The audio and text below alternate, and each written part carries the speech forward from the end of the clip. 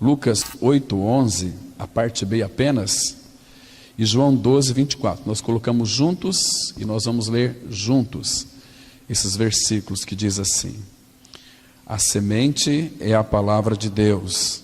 Em verdade vos digo, se o grão de trigo caindo na terra não morrer, fica ele só, mas se morrer, produz muito fruto.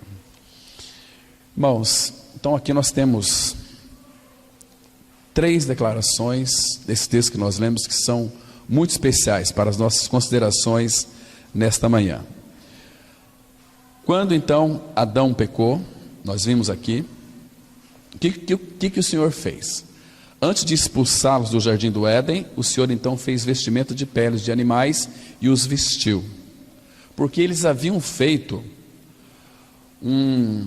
uma maneira de tentar encobrir o seu pecado. Eles cozeram folhas de figueiras para cobrir o seu pecado, porque quando o pecado entrou no homem, o homem percebeu que estava nu.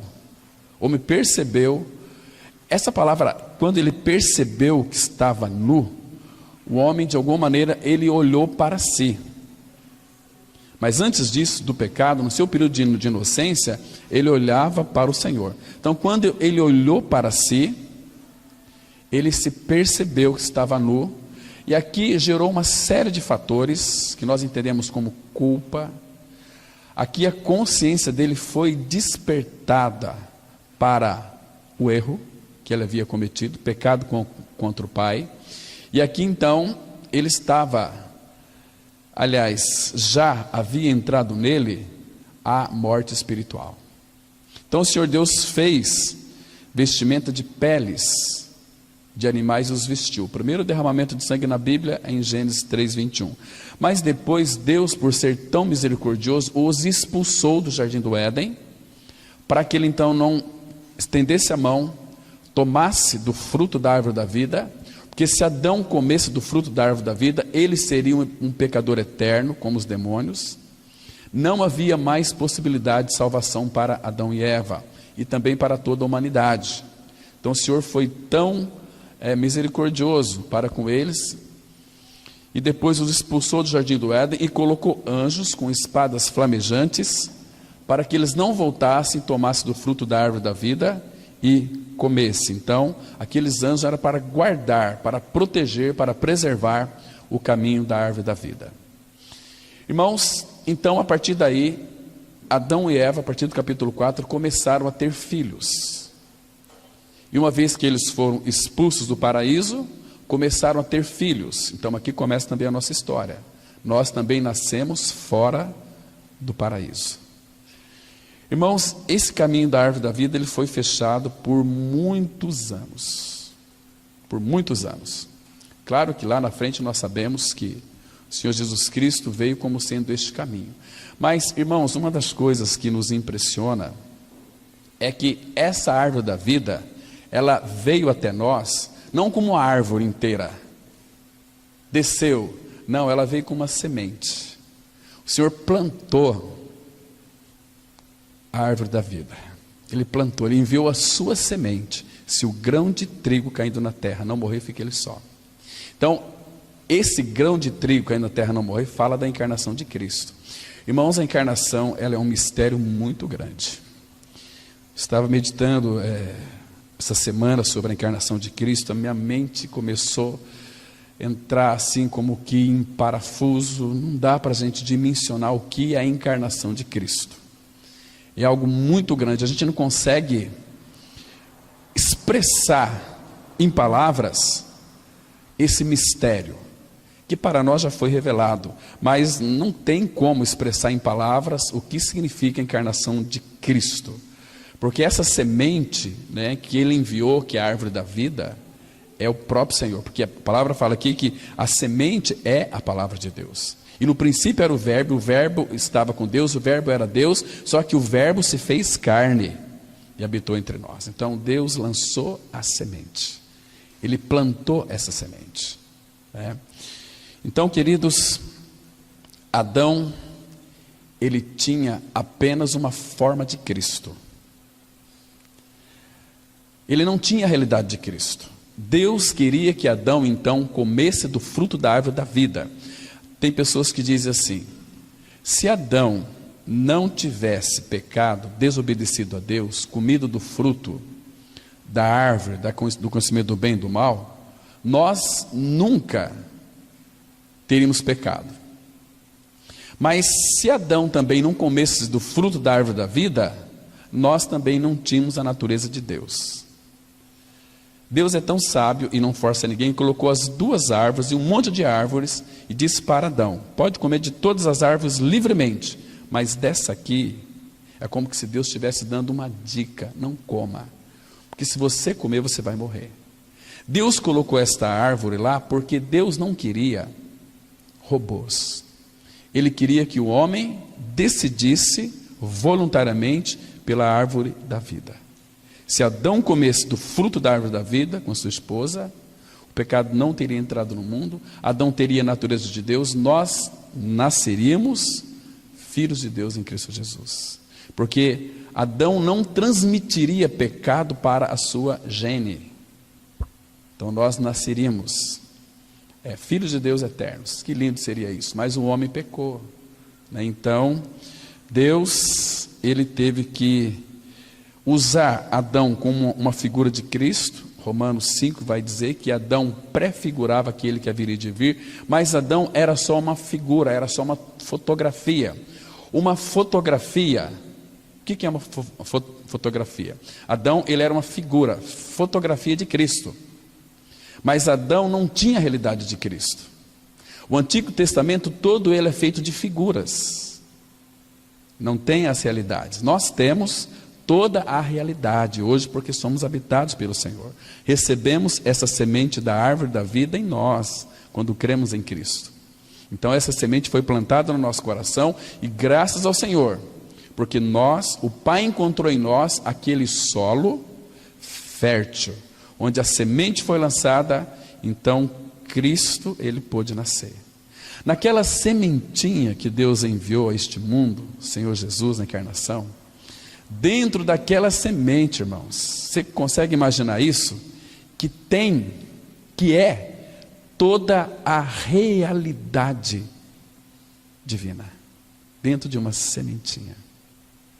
Quando nascemos de novo, nós não nascemos com Cristo já formado dentro de nós. Não, ele nasce em nós uma sementinha, a gente vai ver depois, que lindo que é isso. Por isso que Paulo fala que nós temos que desenvolver a nossa salvação com temor e tremor. Temos uma grande responsabilidade diante do Senhor, né? Mas então, para que Adão então tivesse a realidade de Cristo, ele tinha que receber aquela semente da árvore da vida. Então, como eu disse aqui, Adão era apenas uma fotografia de Cristo, sem a realidade dele, era uma figura tão somente. Mas irmãos, agora nós percebemos que a solução para toda a raça humana estava dentro dessa semente, sêmen, que Deus então lançou sobre a face da terra. Deus enviou a este mundo essa semente. Agora, sabe onde que essa semente nasceu? Onde foi que essa sementinha nasceu? Irmãos, nasceu em todo aquele que nasceu de novo, em todo aquele que foi regenerado. Essa semente foi plantada, então ela gerou o próprio Senhor Jesus. Ele é aquela semente. Então uma semente é a palavra de Deus, e se o grão de trigo, a sementinha, caindo na terra, e nós sabemos que existem 4 solos. Jesus contou lá em Mateus 13, à beira do caminho, aquele solo duro, pisado pelos homens, a semente ela cai na terra, mas ela não penetra, porque é duro. Outro solo é entre as pedras, foi plantado ali, mas como não tem raiz, nasceu o sol, logo secou. Essa não vingou. E o Senhor Jesus fala que o que foi semeado entre as pedras, eles receberam a palavra também, a semente, receberam com alegria, mas como não tinha raiz, raiz fala do fundamento fala do nosso coração. E aquela que nasceu, aquela que foi plantada entre espinhos, ela também nasceu, mas não frutificou, porque os espinhos falam das preocupações desta vida, do mundo. Então, sufocam a palavra. As pessoas estão mescladas entre o mundo e o reino. Deus não quer isso. Ou nós somos dele para crescer livremente nele, ou então o mundo vai nos sufocar, como tem sufocado muitas pessoas. De que maneira? Olha, eu trabalhei a semana inteira, estou tão cansado, eu acho que eu vou dormir até mais tarde hoje. Então os irmãos estão sendo tratados pela palavra, enquanto outros estão dormindo. Mas, queridos irmãos, isso é uma tristeza muito grande, é uma perda muito grande para eles mesmos, né? Porque como que vai encarar aquele que tem os olhos como tocha de fogo, naquele grande dia? Então nós não podemos perder tempo, irmãos, temos que remir o tempo, porque os dias são maus. Os dias maus têm feito com que a palavra seja sufocada em nós. Aí o povo está buscando emocionalismo. Satanás quer exatamente isso. Em nome de Deus eles se emocionam, choram, esperneiam, dão glória a Deus, mas quando sai, vive uma vida de sarjeta. Ai meu Deus, uma vida de dor, uma vida terrível. Não que a vida cristã não causa dor, muito pelo contrário. Dissemos para os jovens ontem, até amar nos causa dor. Quem ama, sofre, porque o amor tudo sofre, tudo crê, tudo espera, tudo suporta. Amar dói. Quem ama, sofre, ou não sofre. Nós temos um exemplo muito claro do nosso amado Salvador, nosso Senhor Jesus Cristo. Ele morreu, mas não apenas morreu, irmãos, mas ele sofreu. As maiores dores que o Senhor Jesus Cristo teve nas suas emoções foi quando ele visitava uma cidade, o amor de Deus visitando aquelas cidades, e aquela cidade não os recebeu. E ele chorou sobre Jerusalém. Chorou. Então, imagina o sofrimento do nosso amado Senhor. Queria amar aquele povo, amou aquele povo, mas aquele povo rejeitou o seu amor. Então ele chorou por isso, porque eles iriam se perderem eternamente. Mas o amor quis, mas eles não quiseram este amor. Então eles iriam então perecer. E Deus continua amando, Deus continua nos despertando, Deus continua usando irmãos, irmãs para falar conosco. Nós temos ouvido, irmãos, Deus tem encontrado em nós, o Espírito Santo tem encontrado em nós ouvidos abertos, sedentos para ouvir a sua palavra. Deus não quer que nós sejamos religiosos. Deus quer que nós sejamos amados dele, que nós correspondemos ao seu amor. Queridos, a semente é a palavra de Deus. Quando a palavra ela é plantada em nós, irmãos, toda a palavra de Deus, ela é plantada no coração. Mas graças ao Senhor, que nós somos aquele terreno fértil, onde a palavra foi plantada, e aí então pôde frutificar. Vocês se lembram lá de Tiago 1, versículo 18, conforme foi lido aqui? Pois segundo o seu querer, ele nos gerou pela palavra da verdade, para que fôssemos como que primícias das suas criaturas. Então a palavra de Deus, essa semente que foi plantada em nós, ela nos gerou de novo.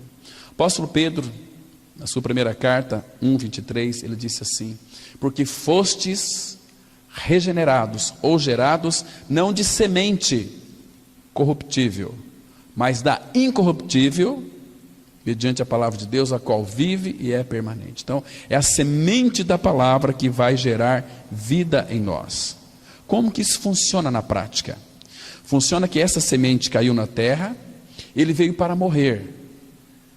Queridos, nós sabemos que houve uma cruz na vida do nosso Senhor. Ele morreu a minha e a sua morte lá na cruz. O que antecedeu a cruz foi tanto sofrimento, porque no Getsemane, como ele sofreu, irmãos, ele sentiu pavor, ele sentiu medo, tristeza, angústia. Ele ficou ali no Getsemane. Imagina só, o Deus soberano no Getsemane, em Jesus Cristo, tendo depressão, porque ele não queria ser separado do Pai. Ele era muito ligado ao Pai numa íntima comunhão eterna. Agora haveria uma pequena separação. Ele nunca quis isso, mas ele enfrentou isso por causa de mim e de você. Foi por nós, foi por você. Quanto amor, irmãos. Então, aquela obra que Cristo fez na cruz, o Espírito Santo de Deus aplica isto em nossa vida, nos regenerando e não nos deixa como um barco à deriva. Porque, irmãos, existem muitas pessoas que elas são escravas da sua liberdade. Eu nasci de novo.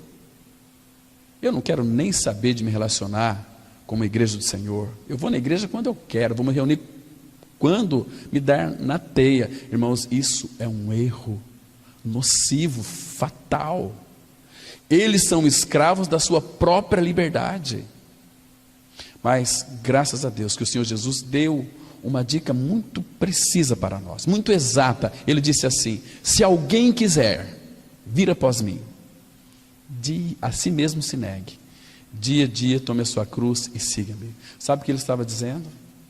Uma vez que fomos libertos, ele disse o seguinte: olha, ele queria ouvir dos nossos lábios, porque quando nós falamos que o desejamos e queremos ele, lá em Cântico fala que ele anseia por ouvir a nossa voz.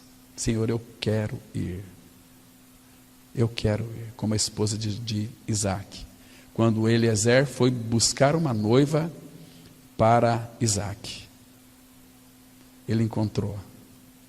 E aí ela não conhecia ele, mas pela descrição que Eliezer, o servo de Abraão, que é uma figura do Espírito Santo, descreveu quem era Isaac, ela disse assim: olha, depois que os pais fizeram uma inquirição com ela, filha, você vai querer ir com este homem? Ela disse: eu irei. Gênesis 24, eu irei. Então ele quer isso de nós, como lá em Êxodo 21, quando aquele escravo, ele era liberto, ganhava sua carta de alforria. Então aquele escravo dizia o seguinte: olha, eu não quero essa carta de alforria, eu não quero ser livre em mim mesmo, mas eu quero ser teu escravo por amor a ti, porque eu te amo. Então tinha que levar lá para os juízes, ele, a sua esposa, seus filhos. Então ele confessava diante dos juízes: eu amo meu Senhor, a minha esposa ama meu Senhor, meus filhos amam meu Senhor, e nós queremos servi-lo. E eu servi ele durante 7 anos, porque era lei, mas agora eu quero servi-lo por amor, porque eu amo meu Senhor. Isso que ele quer de nós, irmãos, uma vida entregue, uma vida totalmente derramada a seus pés, né? Então aqui ele nos gerou. Irmãos, deixa eu mostrar mais um texto para vocês aqui, a importância de nós recebermos essa semente. Tiago capítulo 1, versículo 21. Uma palavra aqui muito interessante. Eu fui buscar algumas palavras no original, queria compartilhar com todos vocês. Porque, irmãos, se não há renúncia, se não há despojamento, a semente ela não vai crescer. Essa semente que foi semeada, olha só, Tiago 1, versículo 21, a Bíblia diz assim: portanto, despojando-vos. Essa palavra despojando também é renunciando. Despojando-vos de toda impureza e acúmulo de maldade. Imagina só, o velho homem, ele é muito velho, tem mais de 6.000 anos, ele foi crucificado, claro que foi, mas irmãos, quantas maldades nós acumulamos no decorrer dos nossos 25 anos, 30 anos, 16 anos, 15 anos, 50 anos, quanto acúmulo. Então tem que despojar de tudo isso, acúmulo de maldade. Acolhei, olha só aqui, receba, retém, acolhei com mansidão a palavra em vós implantada, a qual é poderosa para salvar a vossa alma. Essa palavra aqui, implantada, plantar, foi plantada. Implantada, no original significa aqui, a ideia de enxertada. É enxertada. Então essa palavra, porque nós éramos aquele zambujeiro bravo, e zambujeiro bravo não dá fruto bom, porque, irmãos, se de fato somos novas criaturas, nós temos que avaliar que tipo de fruto nós estamos produzindo. Nós estamos produzindo coisas celestiais na nossa vida, no nosso caráter. Nós temos responsabilidades que as pessoas olham para nós e dizem o seguinte: não, aquela pessoa, pelo falar dela, pelas atitudes delas, pelo compromisso dela, por viver uma vida ilibada, aquela pessoa sim tem o caráter de Cristo. Se não, irmãos, o nosso cristianismo é aquele cristianismo de meia sola, é dos aleluias, glória a Deus, os arrepios e Senhor. Isso não é cristianismo. Isso não é cristianismo. Cristianismo tem que ser vivido na prática. As pessoas devem nos contemplar. Diz que não, aquela mulher, aquele homem é de Deus. Irmãos, qual tem sido o nosso testemunho diante do nosso Senhor e diante dos homens também? Muitos querem imitar um cristianismo de aparência diante dos homens, mas, irmãos, Oséias 6, verso 2, diz que nós vivemos diante dele. Primeiro é o Senhor, primeiro é o Senhor. Não adianta nós querer mostrar que somos cristãos, mostrar para as pessoas que somos. Não funciona. Temos que ter em primeiro lugar a aprovação do nosso Senhor. Aí nós não estamos buscando a aprovação do mundo. Temos que buscar a aprovação dele, né? Então, graças a Deus que essa palavra foi em nós implantada, foi enxertada, e ela gerou fruto porque ela é a palavra de Deus. E graças ao Senhor porque esse grão de trigo caiu na terra e morreu, então produziu muito fruto, e você é um fruto dessa sementinha que morreu, eu e você, né? Vamos aqui, irmãos, caminhar um pouquinho. A semente da árvore da vida veio à terra na forma de um homem. Você consegue compreender isso? A semente veio na forma de um homem. Deus poderia assumir uma forma, talvez de um macaco, talvez, tem tantos bichos lindos aí, que aparentemente, pelo menos os zoologistas dizem que é mais bonito do que o ser humano, mas Deus quis se parecer conosco, entende? Ele viveu a sua vida humana por 33 anos. Ele realizou as obras que o Pai lhe deu. Ele executou tudo isso através do Espírito Santo, ou seja, ele viveu uma vida na dependência do Espírito Santo. Jesus não moveu uma palha se não fosse na suficiência do Espírito Santo de Deus. Tudo foi pelo Espírito. Ele expressou seu Pai perfeitamente. Ele veio e expressou o nome do Pai, que é a sua pessoa. A semente continha toda a plenitude da divindade. Na verdade, agradou a Deus que a sua plenitude habitasse dentro de Cristo. Irmãos, esse texto aqui, que nós vamos ler, de Colossenses 1,19, é um texto que não cabe na nossa mente. Vamos ler aqui, Colossenses 1,19. Porque foi do agrado do Pai que toda a plenitude nele habitasse. Irmãos, como pode uma coisa dessas? Na pessoa do Filho de Cristo, Deus colocou toda a sua plenitude, toda a plenitude divina veio dentro de uma semente. E quando nós recebemos também essa semente, quando essa semente é plantada no nosso coração, nós também temos, irmãos, toda a plenitude da divindade. Lembra de João 1,16? Porque todos nós temos recebido da sua plenitude, e graça sobre graça. Você já parou para pensar o que você tem dentro do seu interior? Nada menos do que toda a plenitude de Deus. Mas hoje isto é pela fé. Por isso que antes nós éramos menos do que nada, mas hoje nós somos homens e mulheres que cremos no Senhor, pessoas muito especiais para o nosso Pai. Ele está com seus olhos em nós, Ele cuida de nós, Ele nos ama, Ele não dorme, o guarda de Israel. Nós estamos dormindo, mas Ele até durante a noite, Ele nos aconselha, Ele cuida de nós, Ele não permite que os nossos pés vacilem, Ele nos cerca na nossa frente, atrás, de trás e por diante. O cuidado dele é muito grande. Irmãos, nós somos livres de tantas coisas na nossa caminhada aqui na face da terra. Bala perdida, esses psicopatas, assaltos, coisas assim que... Então Deus tem nos guardado, Ele tem colocado a sua mão de poder sobre a vida dos seus filhos, porque 1 Pedro 1,5 fala que nós somos guardados mediante a fé no poder de Deus, e eu sei que Ele tem todo o poder, então eu posso descansar nele, entende, irmãos? Que maravilha. E outra coisa, vou falar para vocês aqui, uma coisa que vai encantar, vai alegrar muito seu coração, tem alegrado muito meu coração. Abra lá em Efésios, capítulo 1. Então nós temos recebido a plenitude de Deus, todos nós temos recebido da sua plenitude, e graça sobre graça. Mas veja aqui, irmãos, Efésios capítulo 1, versículo 22 e 23, preste bem atenção aqui nesse versículo, olha que riqueza que nós temos. Eu quero que você entenda esse versículo aqui, irmãos, eu quero que você se valorize como igreja do Senhor, porque, irmãos, veja o que ele disse aqui, Efésios 1, 22, e pôs todas as coisas debaixo dos pés.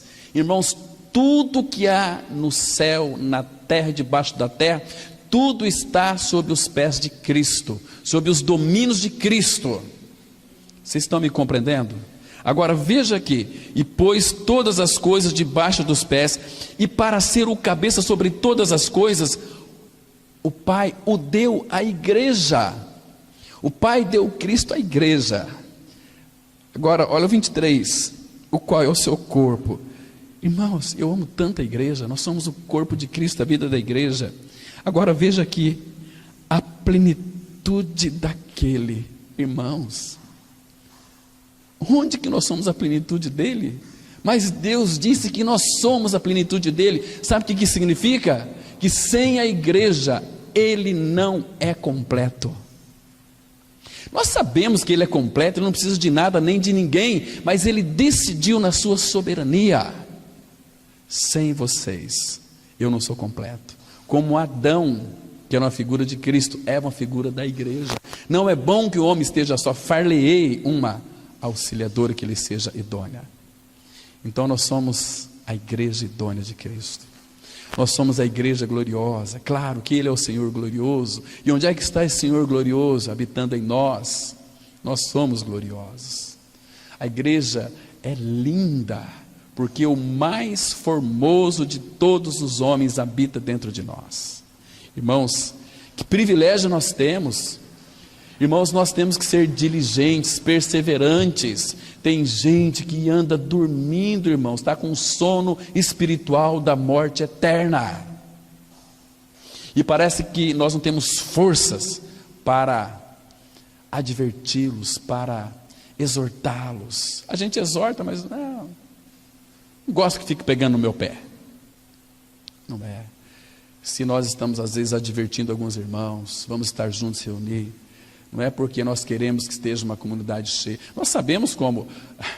Basta usar algumas técnicas, sair por Cidrolândia, 1, 2, 3 domingos, 2 meses, eu tenho certeza que vai estar cheio de gente. Mas não queremos isso, o Pai não quer isso.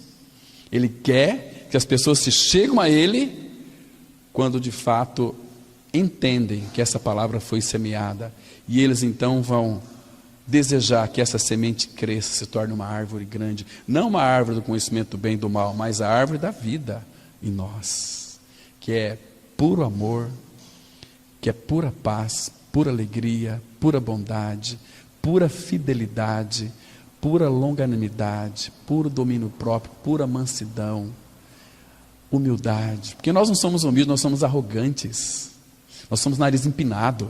Agora, Jesus Cristo, Ele é manso e humilde de coração. Ele habitando em nós, como que não vamos ser humildes? Mas com a humildade dele, não com a nossa.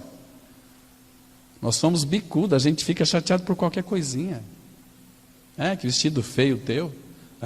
Eu quero nem saber, só me criticam. Não. Irmãos, nós temos tanto ranços. Estamos impregnados de religiosidade. E religião é do capeta. Do capeta. Agora Cristo veio e plantou essa sementinha. E foi do agrado do Pai que toda a plenitude habitasse na pessoa de Cristo. Meu Deus, que coisa grande. Nós jamais podemos nos esquecer de um ponto principal. Jesus Cristo ainda é um homem. Sabe por que você, pela fé, você já está na glória e você vai para lá? E vai ganhar um corpo de glória, porque Jesus Cristo, homem, está assentado no trono. Tem um homem lá. Então, por causa deste homem que assentou à destra do Pai, então nós também iremos para lá. Vamos poder contemplar uns aos outros, não com este corpo aqui, mas com um corpo glorificado, um corpo que não irá mais sofrer corrupção, não vai sofrer mais mortalidade, é um corpo imortal que nunca mais morre. Vocês estão me compreendendo, irmãos? Que maravilha que é isso, é muito grande. Se ele veio somente para nos salvar dos nossos pecados e para ser capaz de se relacionar com os nossos problemas, então depois da encarnação, crucificação, ressurreição e ascensão, por que não voltou a ser apenas Deus? Permanece o fato de que ele ainda é hoje, agora mesmo, tanto homem como Deus. A palavra se fez homem, para que tanto o homem como Deus possam ser um. Deus entrou no homem para que o homem pudesse entrar nele. Vamos ler aqui dois textos juntos. 2 Coríntios 5,17 e 1 Coríntios 6, versículo 17, que diz assim: assim que, se alguém está em Cristo, nova criatura é. As coisas velhas já passaram, eis que tudo se fez novo. Mas aquele que se une ao Senhor é um espírito com ele. Que coisa mais linda. Irmãos, por favor, para de querer mexer no seu passado. Não importa quem você foi no seu passado, um bandido, um ladrão, um assassino, uma prostituta, seja lá o que for, teu passado, a Bíblia diz que ele foi totalmente apagado. As coisas velhas já passaram, eis que tudo se fez novo. A nossa vida com Deus, ela é contada a partir do novo nascimento. Enoque andou com Deus 300 anos e morreu com 365 ou 60, não me lembro bem agora, mas a palavra fala que Enoque andou com Deus 300 anos. E cadê os 65 anos? É que ele não andava com Deus. Então o tempo que nós vivemos aqui na face da terra e não caminhamos com o Senhor, é um tempo que cai no esquecimento. Agora, se alguém está em Cristo, é em Cristo, irmãos, não confunda em Cristo com denominação. Deus não tem, eu fico assim, absurdamente triste quando eu vejo, você pertence a Cristo? Não, eu pertenço à Igreja Batista, eu pertenço à Igreja Assembleia, pertenço à Igreja Palavra da Cruz, eu pertenço, não, nós somos a igreja, não pertencemos a nenhuma denominação, nós somos a Igreja de Cristo. É a igreja. Qual é o nome dado pela igreja? Se você não quiser a igreja, você pode se intitular, que não tem problema, se alguém lhe perguntar. Você pertence a qual igreja? Meu irmão, eu sou do caminho, eu sou os do caminho, né? Somos o corpo de Cristo, somos a vida da igreja, esse organismo vivo, né? Mas, queridos, isso é precioso. Agora ele diz aqui: mas aquele que se une ao Senhor é um espírito com ele. Claro que fala da unidade. Você lê João capítulo 17, Jesus orou insistentemente ao Pai para a unidade, para que eles sejam um, nós aqui, nós sejamos um, como nós somos, ó Pai, eu em ti e tu em mim, para que eles, nós, sejamos aperfeiçoados na unidade. Aquele que se une ao Senhor é um espírito com Ele. Que maravilha que é isso, que lindo que é isso. Então, irmãos, quando nós nascemos de novo, nós não podemos viver com os nossos olhos no passado. Quem vai mexer no seu passado chama-se Satanás, o diabo. Quando você for acusado por alguém sobre o seu passado, essa acusação não está vindo daquela pessoa que está te acusando, mas por detrás daquela pessoa tem Satanás mexendo no seu passado. O nosso passado é muito desanimador, nosso passado é muito podre, por isso que Deus enterrou na sepultura do Filho. Jesus ressuscitou, mas os pecados ficaram. Lembra que Isaías fala?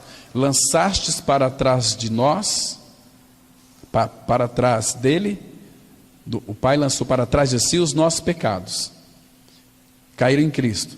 Então, lançaram para trás de nós os nossos pecados nas profundezas do mar. Profundezas do mar. O que significa profundezas do mar? Você já parou para pensar? Não buscar mais. E outra coisa, profundezas do mar, sabe o que significa? Na Nova Jerusalém, se você ler Apocalipse 21, tem um versículo que diz assim: e o mar já não existe. Significa que na glória nós vamos estar totalmente libertos da presença do pecado. A obra da cruz vai culminar exatamente nisto. Totalmente puros. Por isso que aqui neste mundo, se você for um crente, um evangélico, você está indo caminho para o inferno. Mas se você for um santo, quando eu falo evangélicos, claro que nós fomos salvos pelo evangelho, porque, irmãos, a maioria, 99,8%, acho que é muita gente ainda, são evangélicos vazios do evangelho, são crentes, aquela fé que tem dos demônios. Mas, irmão, se não passar pela cruz, não tem cristianismo verdadeiro, não tem cristianismo autêntico. Se você não crê que seu pecado foi removido na cruz, você está perdido. Você está perdido porque, queridos, a morte de Cristo na cruz foi a minha e a sua morte. Se nós não ganharmos essa experiência, irmãos, nós estamos iludidos com o nosso cristianismo, né? Então é muito sério. Irmãos, e na Nova Jerusalém, ele cria alegria e cria regozijo. Depois vocês leem Isaías 43, do 18 a 20, Isaías capítulo 65, do versículo 18 em diante, são textos maravilhosos, mas vamos avançar aqui um pouquinho mais. Parece claramente evidente que o Filho de Deus havia sempre sido aquele em quem Deus tomou forma, e portanto, aquele através de quem Deus foi revelado. O Filho é sempre a manifestação do Pai. Jesus disse para Filipe, lá em João 14, 9b, que diz assim: quem me vê a mim, vê o Pai. Olha que interessante, irmãos. Jesus aqui falou para Filipe a uma pergunta que ele havia feito para Cristo: Senhor, mostra-nos o Pai, isso nos basta. Aí o Senhor Jesus volta para Filipe, dizendo o seguinte: Filipe, estou há tanto tempo convosco que não tendes me conhecido. Quem vê a mim, vê o Pai. Agora, irmãos, você tem visto Cristo? Você que é a esposa que está aqui nesta manhã, você tem visto Cristo no seu marido? Marido, você tem visto Cristo na sua esposa? A atitude de ambos são cristãs, são palavras que expressam o Senhor. Queridos, Filipe queria ver o Pai, então ele viu o Senhor. Irmãos, conosco não é diferente. Deixa eu mostrar para vocês um texto aqui. Abra no Evangelho de João, João 12, 44 e 45. E Jesus clamou dizendo: Quem crê em mim, não em mim, mas naquele que me enviou. E quem me vê a mim, vê aquele que me enviou. Porque ele e o Pai é um. Irmão, nós temos tido visão de Cristo? Nós temos buscado ao Senhor espírito de sabedoria e de revelação para conhecê-lo plenamente?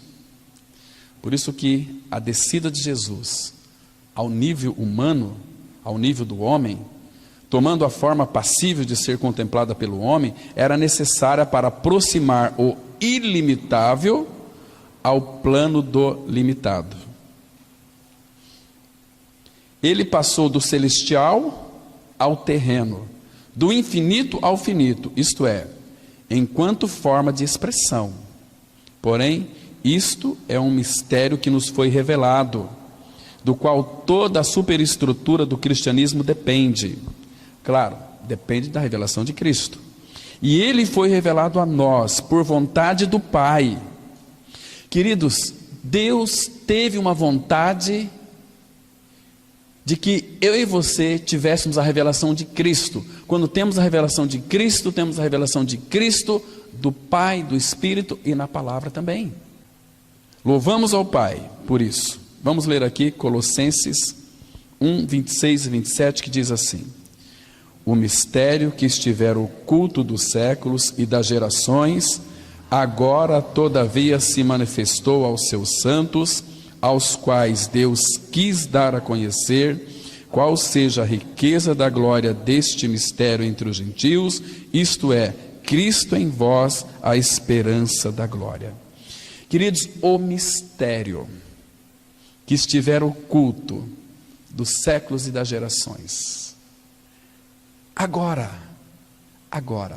Deus tinha um segredo no seu coração. Os profetas perscrutaram, chegaram muito perto, mas os profetas não tinham esse entendimento, essa revelação, porque Deus guardou em silêncio. Mas agora, todavia, se manifestou a seus santos, aos quais Deus quis dar a conhecer. Se Deus não quisesse que o Filho fosse revelado a nós, nós nunca iríamos descobrir. Isaías 45:15, a palavra fala que Deus é um Deus misterioso. A palavra misterioso no hebraico significa, é um Deus que se oculta. Ele se revela a quem quer. Então, irmãos, falamos ontem com os jovens sobre as parábolas de Jesus, e que em determinado momento, quando Jesus acabava de contar aquelas parábolas, a do semeador. Então, aqueles que ouviam iam embora, mas os discípulos ouviam e não entendiam direito, e eles chamavam Jesus, assim num canto, e diziam o seguinte: Senhor, explica-nos a parábola. Então o que Jesus respondia para eles? Lá em Mateus 13:11, a vós outros é dado conhecer os mistérios do reino de Deus, não aqueles, porque eles ouviram de bom grado, endureceram o seu coração, não quiseram. Porque, irmãos, a questão da revelação da palavra está mais no campo da intimidade. Salmos 25, versículo 14, ele fala que ele vai revelar o seu segredo aos seus íntimos, dar as suas alianças aos seus íntimos, tem intimidade com ele. Então os discípulos chamavam Jesus em particular e perguntavam: explica-nos a parábola. Jesus tinha o maior prazer, ele tem o maior prazer em se revelar e nos dar entendimento àqueles que querem que ele então explique. Por que muitos não têm entendimento na palavra? Porque são negligentes, são preguiçosos. A palavra foram semeados no coração deles, mas os cuidados do mundo, a fascinação pela riqueza está sufocando essa semente, e eles não crescem. Então, mas aqueles que de fato têm uma vida totalmente voltada para o Senhor, que o nosso alvo é apenas Cristo, é o Senhor, quero o Senhor. Senhor, abra meus olhos para que eu veja. Porque, irmãos, esse mundo tem a tendência de nos distrair constantemente com tantas coisas. Você sai daqui para ir para a sua casa, você vai ver um monte de coisa, um monte de gente, você está enchendo a sua mente. Mas tem irmãos e irmãs que são perseverantes. Chega em casa, sabe como é que se desintoxica dos lixos do mundo, dessas podridão do mundo? Coloca uma ministração da palavra, coloca um louvor, gostoso. Ontem aqui nós tivemos que se reunir dentro da salinha, porque ali debaixo não tinha condições de nós nos reunirmos. Uma oração de 40 minutos que fizeram aí, não sei, uma gritaria dos infernos. Meu Deus do céu, o que é aquilo? Eu acho que o Deus que eles creem é um Deus que é surdo, que tem que gritar. É um Deus que parece que não ouve as orações. Agora o nosso Deus e Pai diz assim no Salmo 139: antes que a palavra me saia na boca, tu já conheces todas. Ele penetra os meus pensamentos. Esse é o nosso Deus, é o nosso Pai. Você pode orar deitado, tranquilo, os olhos fechados, sem abrir os lábios. Você pode estar viajando no avião, no carro. Pai, muito obrigado por toda essa tua criação. Tu és um Deus tão sábio, tão precioso. Podemos orar, exaltar o nome dEle, glorificar o nome dEle, né? Mas ficar aí gritando feito besta, isso aí, irmãos, são as armas que Satanás usa para que outras pessoas não venham conhecer o Evangelho. Não, se aquilo lá é uma igreja evangélica, todas são assim. Não são assim. Os filhos de Deus, e Deus fala que Ele vai se manifestar, é no silêncio, é no silêncio. Quer ver? Abra no profeta Isaías, capítulo 30, versículo 15, veja aqui que texto mais precioso nós temos aqui, 30 verso 15, olha o que a Bíblia diz, Isaías 30, 15, porque assim diz o Senhor Deus, o Santo de Israel, em vos converterdes e em sossegardes está a vossa salvação, na tranquilidade e na confiança a vossa força, mas não quisestes. Temos que gritar, temos que fazer um pampeiro, temos que bater o pé, temos que rolar, e cai para trás, emocionalismo invade. Aí as pessoas, você vai perguntar a respeito da palavra. Esses dias eu fui pregar num grupo, as pessoas, a pessoa é o missionário, a esposa missionária, e eles pregam, eles dizem revelação e oram. Eu falei, vamos abrir lá em Gálatas 1, versículo 16. Gálatas é no Novo ou no Antigo Testamento? Eu falei, meu Deus do céu, que é isso? Que absurdo! É esse ponto, irmãos. Nada da palavra, mas está cheio de si mesmo. O homem, ele faz muitas coisas na sua energia da carne. Que história é essa? O julgamento vai ser segundo a verdade, né? Mas, irmãos, eu louvo muito a Deus pela vida do apóstolo Paulo. E Paulo, ele trouxe 13 cartas preciosíssimas. Paulo, ele era um despenseiro. Sabe o que é um despenseiro? Aqui nós lemos um texto aqui em Colossenses 1, 26 e 27, que esse mistério foi revelado, porque Deus quis dar a conhecer. E esse mistério é Cristo. Cristo em vós, a esperança da glória. Mas Paulo, ele era um despenseiro de muitas coisas, mas tem uma coisa muito especial, que Paulo era um despenseiro. Quer ver só? 1 Coríntios 4, versículo 1. Vocês sabem, né, que 1 Coríntios é no Novo Testamento, né? 1 Coríntios 4, verso 1. Veja aqui, irmãos. Veja aqui uma das coisas nas quais, aliás, a melhor coisa, que Paulo era dispenseiro, e ele fez tudo isso para nós, claro, usado pelo Espírito do Senhor.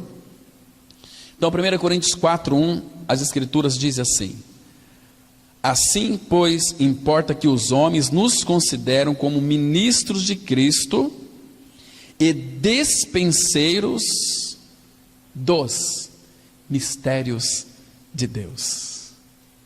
Irmãos, que coisa preciosa. Apóstolo Paulo, leia as cartas de Paulo. Nós temos que ler de joelhos, falar: Senhor, obrigado por essas riquezas insondáveis, nos quais tu usou o nosso amado Paulo, irmão Paulo, para trazer para nós. E aqui o Espírito Santo fez questão de mostrar para nós que Paulo era ministro de Cristo e despenseiros dos mistérios de Deus. Há tantos mistérios nas Escrituras a serem revelados, que às vezes tem texto que eu leio aqui e falo: Senhor, eu não entendo nada. Quanto mais nós cavuca na palavra, mais é fundo. E Paulo fala assim: ó, profundidade da riqueza, tanto da sabedoria como do conhecimento de Deus. Quão inescrutáveis são os seus caminhos, quão insondáveis são os pensamentos do nosso Senhor. Hoje à noite, na mesa do Senhor, nós vamos falar sobre um assunto muito interessante. Vamos descobrir quais são os pensamentos de Deus para nós, que muitas vezes nós passamos por dificuldade e achamos que tem alguma influência até satânica. Não, vamos ver os pensamentos de Deus para nós, quando Ele está nos corrigindo. Irmãos, que maravilha que é, né? Vamos avançar um pouquinho mais aqui. Nunca deixarei de me maravilhar com o fato de Deus se fazer homem. Essa é uma parte tão gloriosa do nosso Evangelho. Por meio da encarnação, veio à existência uma pessoa plenamente humana e plenamente divina. Plenamente humana significa dizer, cumprindo o ideal divino para a natureza humana, não descendo ao nível degradado da humanidade, que era aqui resultante do pecado, né? O homem de Nazaré era perfeito como homem, além disso, perfeito como Deus, nada lhe faltando dos poderes da divindade essencial, exceto apenas a forma celestial de manifestação. Jesus, sendo gerado de Deus, ele foi manifestado em carne. Esse texto aqui de 1 Timóteo 3,16 fala também da encarnação de Cristo. Fala daquela semente que foi plantada no nosso coração. Vamos ler, 1 Timóteo 3,16. Evidentemente, grande é o mistério da piedade. Aquele que foi manifestado na carne, foi justificado em espírito, contemplado por anjos, pregado entre os gentios, crido no mundo, recebido na glória. Irmãos, como é que pode? Eu quero que você pense um pouquinho. John Stott diz que crer é pensar. Pensa um pouquinho. Manifestado em carne foi que o verbo se fez carne. Deus se manifestou em carne. Agora, irmãos, o que não cabe dentro da nossa mente? Como pode este Deus, que é Criador infinito, se tornar finito? Como pode esse Criador, o Deus soberano, se tornar em um óvulo? Imagina, um óvulo. O Deus soberano se tornou um óvulo, porque a semente foi plantada ali no ventre de Maria, foi crescendo como um feto. Você entende isso, irmão? Como é que cabe na nossa cabeça isso? Um óvulo, depois um feto, cresceu como uma criança que precisava de cuidados. Imagina Maria dando mamar para o seu Salvador, para o seu Criador. A Virgem pegou o Senhor nos braços, era o Salvador dela, era o nosso Salvador. Como que pode isso? Você entende, irmãos? Eu não entendo o mistério da encarnação, mas eu recebo pela fé. Como eu disse uma vez aqui, a gente não entende porque uma vaca preta come capim verde e dá leite branco. Não entendo, mas a gente toma o leite, come um queijinho, um docinho de leite, um mumu, fazendo propaganda aqui. Quem sabe depois eles enviam para nós aí lá de Rio Grande do Sul. Mas como eu comi mumu lá no Rio Grande do Sul, lá em Porto Alegre, mas eu gosto de doce. Mas como comi doce? Aquele mumuzinho aqui não vende, só lá para o sul. Eu vou comprar uma caminhoneta, quando o irmão Ricardo for lá para o sul, eu vou junto com ele, vamos trazer metade do caminhão cheio de mumu, docinho gostoso, e queijo, ô lugar de queijo bom. Mas, irmãos, não dá para a gente compreender isso aqui foi manifestado em carne, né? Mas vamos avançar um pouquinho mais, irmãos. A árvore da vida veio até nós em forma de uma semente. O Pai Celestial enviou a semente de seu Filho para ser plantada na terra. O Filho contém toda a vida do Pai e do Espírito dentro dele. Então, irmãos, quando você ouviu a palavra de Deus e creu nela, a semente é a palavra de Deus. Dentro daquela sementinha, como é que pode caber toda a divindade de Deus? Como que pode caber? Mas Deus é Deus e nada é impossível para Ele. É impossível na nossa mente, cabeça de minhoca, como diz um irmão pregador do passado, que já não está entre nós mais. Não adianta pensar nessas coisas com cabeça de minhoca. Você tem que crer no Senhor. Eu não entendo, mas eu creio, como Maria. Ela falou assim, quando o anjo disse, olha, você vai ser mãe do Salvador. Como pode ser isso? Você não tem contato com homem nenhum. Quando o poder do alto, o Espírito Santo te envolverá. Aí ela falou o seguinte, olha, eis aqui, eu não entendo, mas eis aqui a serva do Senhor, que se cumpra em mim segundo a tua palavra. Ah, irmão, se nós fôssemos assim também, nós temos que ter o exemplo de Maria. Ela creu sem ver.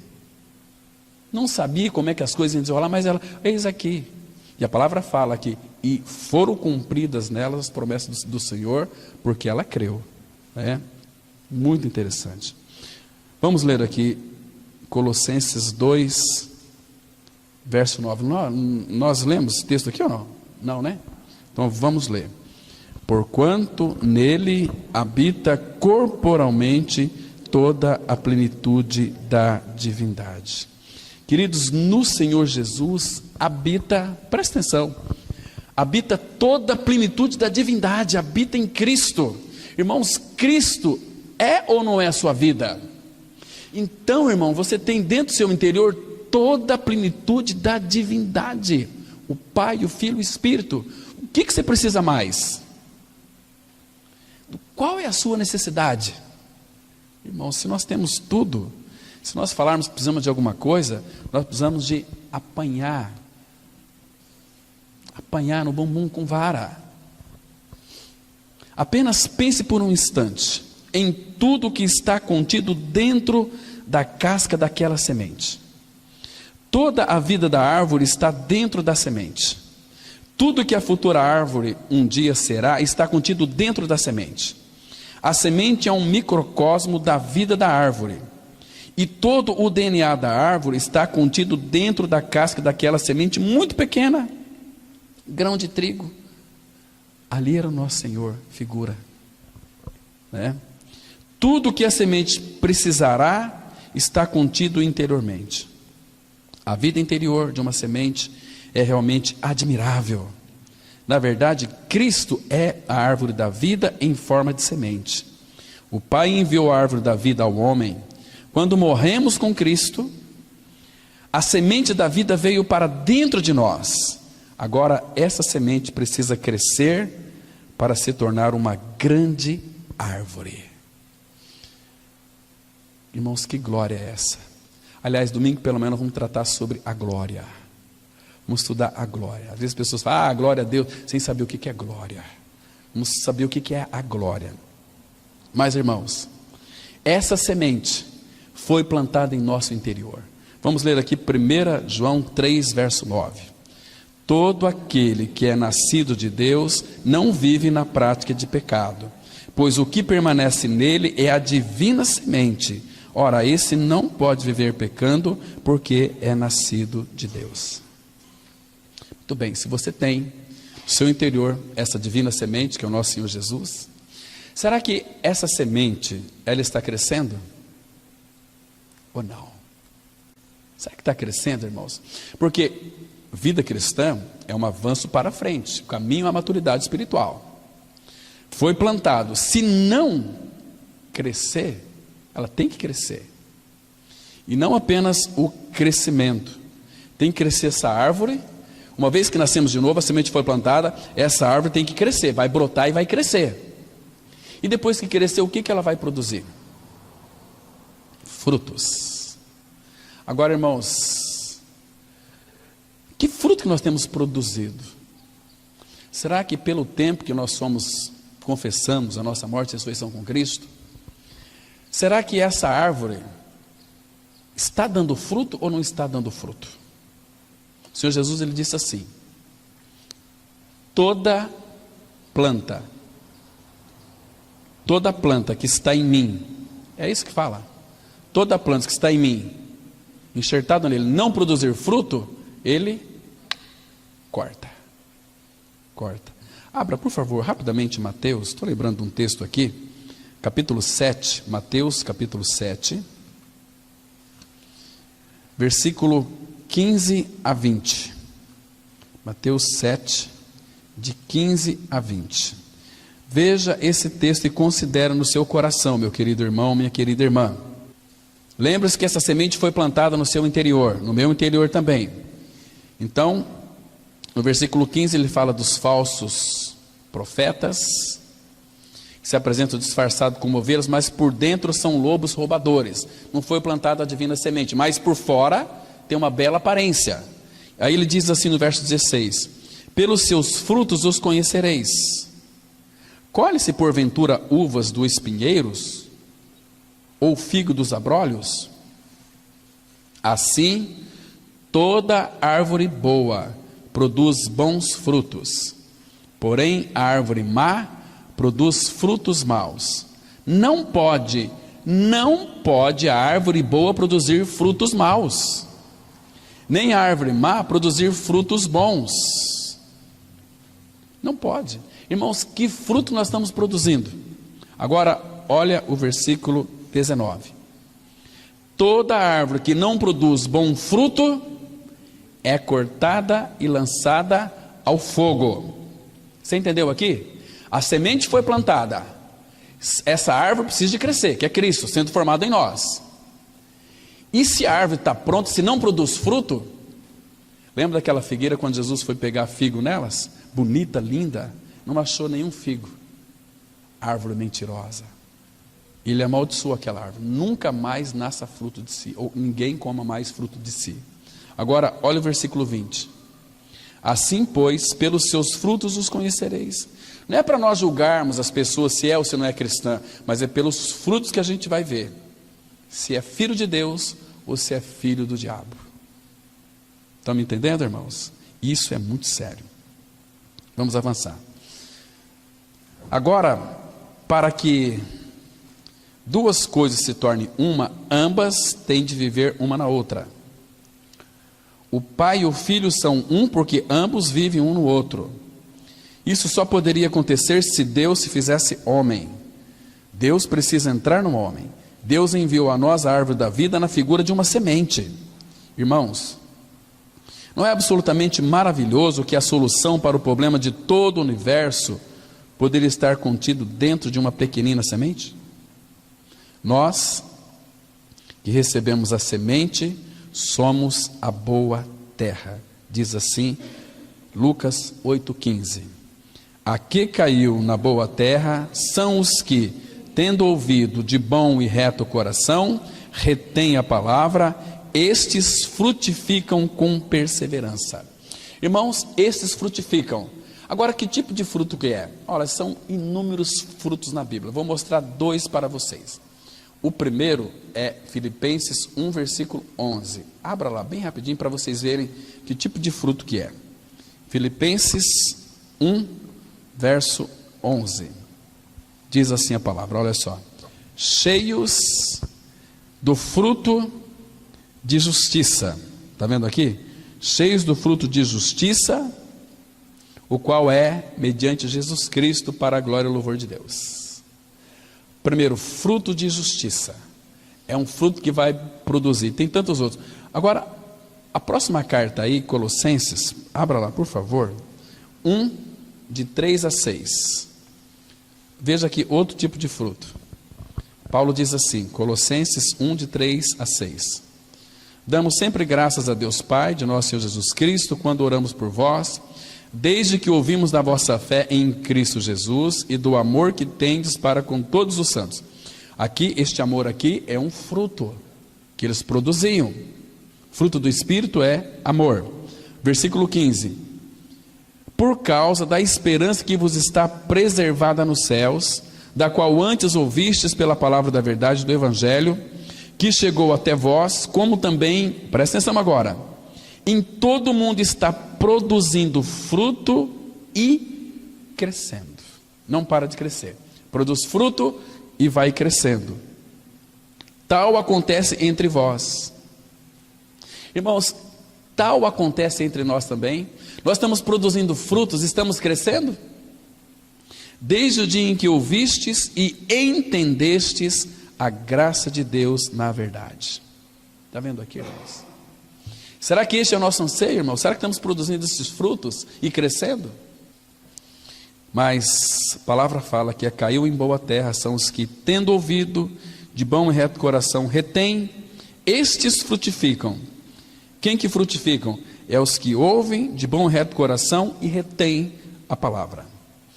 Deus criou em nós o espírito humano. Esse espírito vem e combina com a esfera onde ele vive. A plenitude da divindade vive em nós. Isso significa que o Pai, o Filho e o Espírito vivem dentro de cada um de nós que cremos no Senhor. Temos a semente, temos a vida da semente em nós. 1 João 5,12 diz assim a palavra: aquele que tem o Filho tem a vida, aquele que não tem o Filho de Deus não tem a vida. E essa vida está naquela bendita semente que foi semeada em nossos corações. Amém? Vamos ter uma palavra de oração. Pai bendito, nós te agradecemos pela tua palavra, que nós refletimos hoje nesta manhã. Sabemos que ela não volta para ti vazia, mas faz aquilo que lhe apraz e prospera para o qual foi designada. Pai, confiamos essa palavra a ti, que foi ministrada, que o Senhor abençoe, para que haja frutificação em nossos corações. Em nome de Cristo nós oramos. Amém.